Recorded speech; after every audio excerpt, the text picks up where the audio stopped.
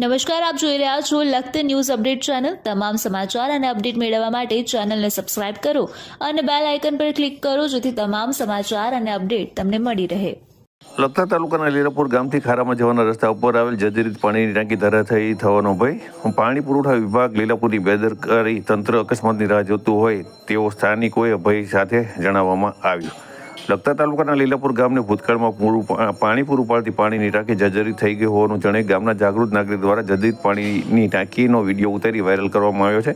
સાથે સવાલ પણ ઉઠાવવામાં આવ્યા છે કે લીલાપુર ગામથી ખારા વિસ્તાર તરીકે જવાનો કાચો માર્ગ જર્જરિત ટાંકી પાસેથી પસાર થાય છે।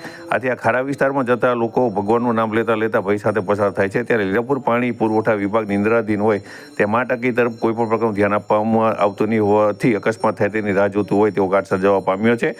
જાગૃત નાગરિક દ્વારા નામ નહીં દેવાની શરતે વિડીયો વાયરલ કરવા સાથે તાલુકા કક્ષાના જિલ્લા કક્ષાના ઉચ્ચ અધિકારીઓ અકસ્માત થાય તે પહેલા લગત વિભાગને ના અધિકારીઓને તાત્કાલિક ટાંકી ઉતારી લેવા સૂચના અપાવાઈ તેમ જણાવ્યું।